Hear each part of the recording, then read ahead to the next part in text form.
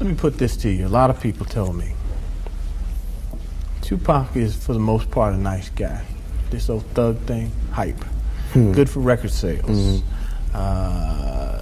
Helps him identify with the young people who are out there and angry, who would maybe label him a sellout like they did Hammer if he didn't have that hard side.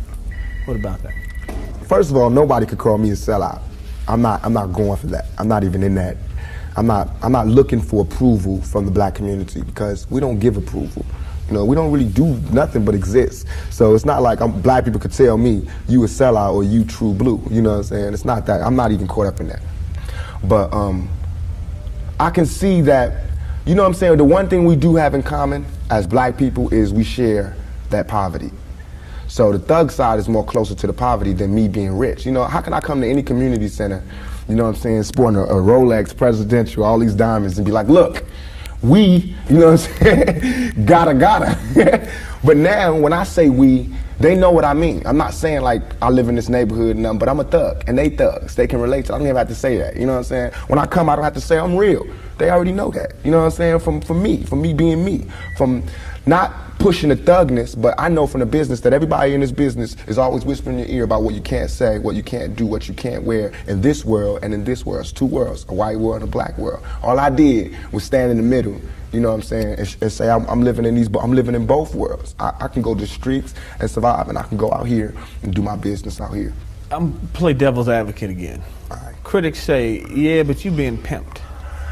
You're being pimped by the record executives who will allow you to do your thug life because it portrays a certain black. I mean, you've heard it, that if you were just a singer, you wouldn't have the same record contracts you have. Right. But because you portray the thug life, the gangster rap, they've allowed you to make that money. They've allowed you to push and make your platinum. I beg to differ. You know what I'm saying? I'm getting pimped. That's true. But just like how a woman would be, you know what I'm saying? Anybody to be pimped. You know, it's like, it's not that you get pimped, it's how long you get pimped. You know what I'm saying? Because if you really look at this situation, it is not I who's being pimped. When you look at them white kids with Raiders hats on, it's the white folks getting pimped. You know what I'm saying? Because I'm making their future. I'm writing down their curriculum. Right now, what I write in my album today, when it comes out in 2 months, that's what white kids is doing. So who really is getting pimped? What I'm writing in my raps is what them white kids is gonna be saying to their mamas and daddies when they come home. Who is getting pimped?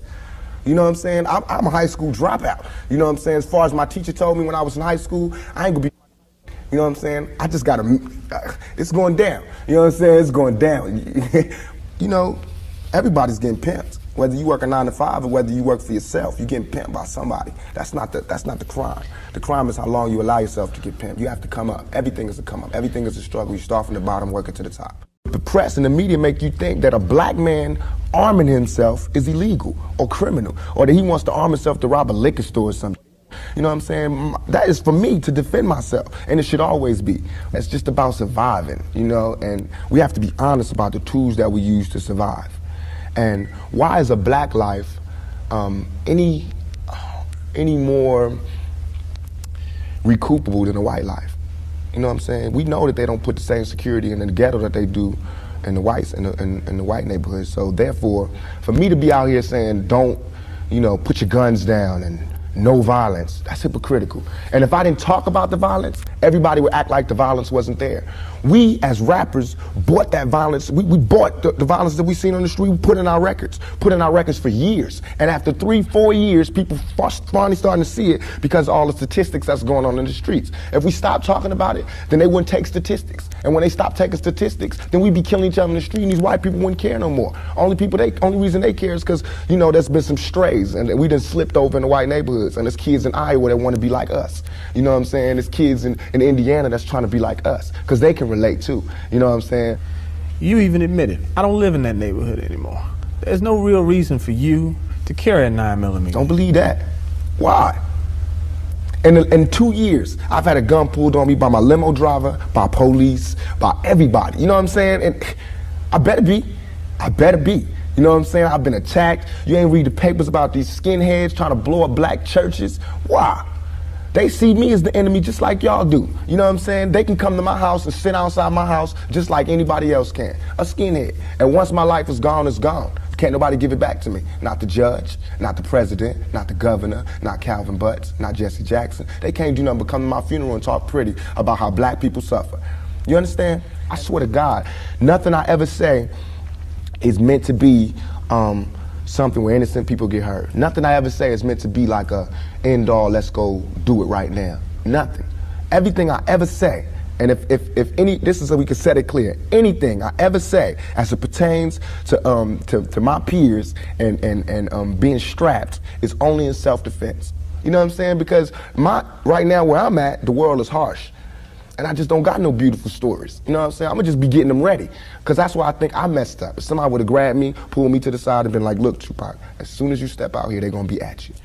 If somebody would have explained it to me, I wouldn't have took the same mistakes. But I made those mistakes. And that was my job to stop somebody else from making those same mistakes. To lay it out. To lay out the real map on the world and how it is.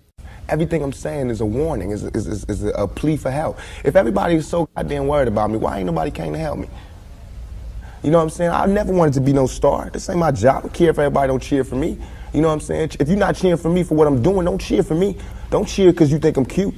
You know what I'm saying? Screw that. Cheer for me for what I'm doing, for what I stand for. And when I go to jail, you should cheer louder. You know what I'm saying? Because I'm standing up for what I do. I'm not robbing nobody, not stealing from nobody. I never took nothing. Everything I do to represent my people. I do because I think this is what they want me to do. This is all I want to say. For all them people that doubt me, I had no record all my life. Okay? No record, no police record, until I made a record. As my video was debuting on MTV, I was behind bars getting beat up by the police department. I got a $10 million lawsuit. They said they would settle with me and everything. You know what I'm saying? But nobody cared about that. That wasn't blew up all in the news. They did not see me on TV with my eye busted, my head busted. There's pictures of those. In Oakland, yes, in Oakland. You don't see them pictures. You see pictures of Tupac coming out of jail in cuffs. You don't see pictures of the police standing over me beating my brains in. You don't see that. But I see that. That's what I see. You know what I'm saying? So it's all real.